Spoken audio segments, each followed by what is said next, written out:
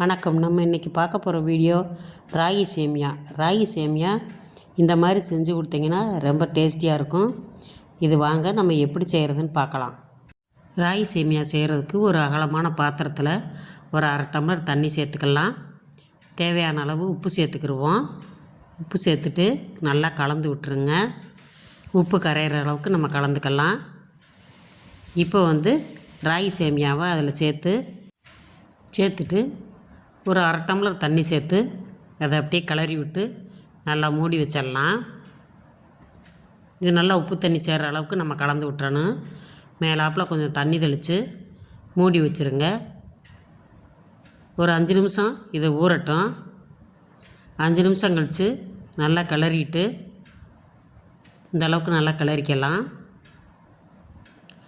கிளறி விட்டுட்டு ஒரு இட்லி பாத்திரத்தை தண்ணி ஊற்றி அடுப்பில் வச்சுருக்கேன். தண்ணி நல்லா கொதித்து வந்ததுக்கப்புறம் இட்லி தட்டில் நம்ம ராகி சேமியாவை எல்லாத்தையும் கொட்டி கலந்துருங்க. கொட்டி வச்சுட்டு அதை மூடி வச்சிடலாம். ஒரு 3 நிமிஷம் வேக வச்சுருங்க. 3 நிமிஷம் ஆயிடுச்சு. இப்போ எடுத்து பார்த்துடலாம். நல்லா சேமியா நல்லா வெந்து வந்துருச்சு.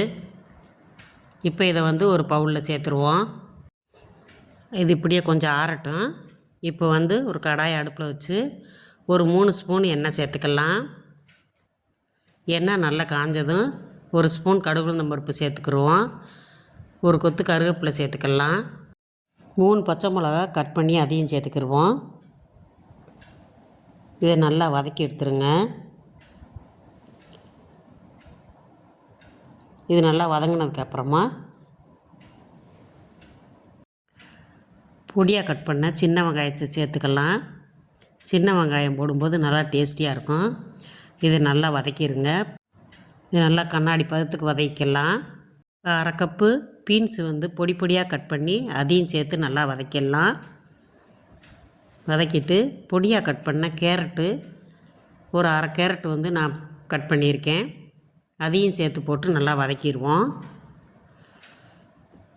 எண்ணெயிலே நல்லா வதங்கட்டும். காய்க்கு தேவையான அளவு உப்பு சேர்த்துக்கலாம். நம்ம ஏற்கனவே சேமியாவில் உப்பு போட்டு கலந்து வச்சுருக்கிறதுனால காய்க்கு தகுந்தாப்பில் கொஞ்சமாக உப்பு சேர்த்துக்கோங்க. இதை நல்லா வதக்கிடுவோம். இந்த அளவுக்கு வதக்கிக்கோங்க. காயும் வெந்துடும். இந்த அளவுக்கு வதக்கிட்டு நம்ம சேமியாவை இதோட கலந்து கிளறி விட்டுறலாம்.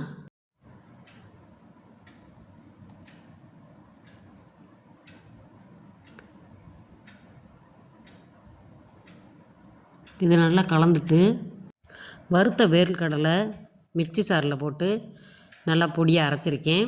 அதையும் சேர்த்து கலந்துக்கலாம். இது சாப்பிடும்போது நல்லா வாசமாகவும் இருக்கும், டேஸ்டியாகவும் இருக்கும்.